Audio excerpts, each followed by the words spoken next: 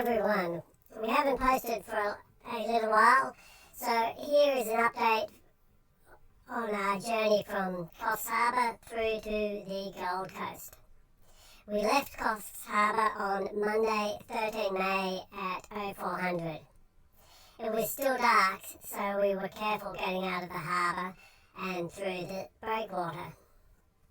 We were heading for Yamba, which was about 50 nautical miles, and we wanted to get there before high tide to make the crossing the Yamba bar easier.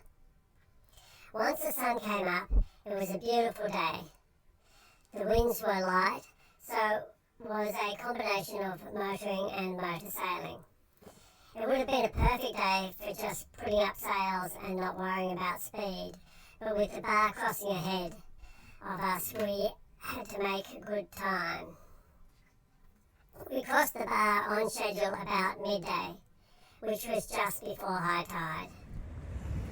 No breaking waves on the bar, but it was still a tense moment as we surfed a couple of large waves coming in. The initial plan was to anchor at Iluka, but the water was too shallow for comfort, so we motored across to the other side of the Clarence River and tied up in the Yamba Marina.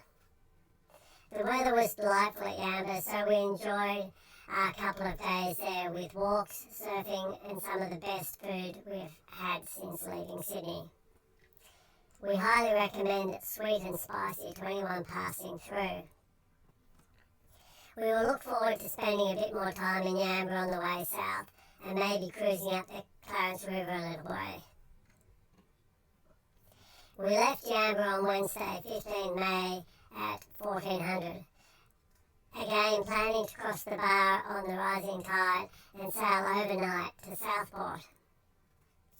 The bar crossing was uneventful, thankfully, and then the sails up and we headed for Cape Byron, easternmost point of the Australian mainland.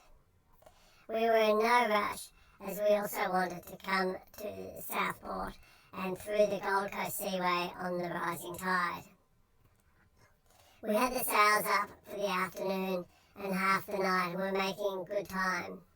It started raining again at about 2200 and we got colder and wetter and more squally during the night. With a westward shift in the wind, we dropped the head sail and motor sailed with just the reef main for stability for the rest of the trip. We could see Cape Byron light as we passed about midnight, but little else through the clouds and rain. We made excellent time and were coming along the Gold Coast proper at about 0700, reaching the seaway at about 0800. We only knew from our charts where we were, as the cloud cover was hiding all the Gold Coast skyscrapers.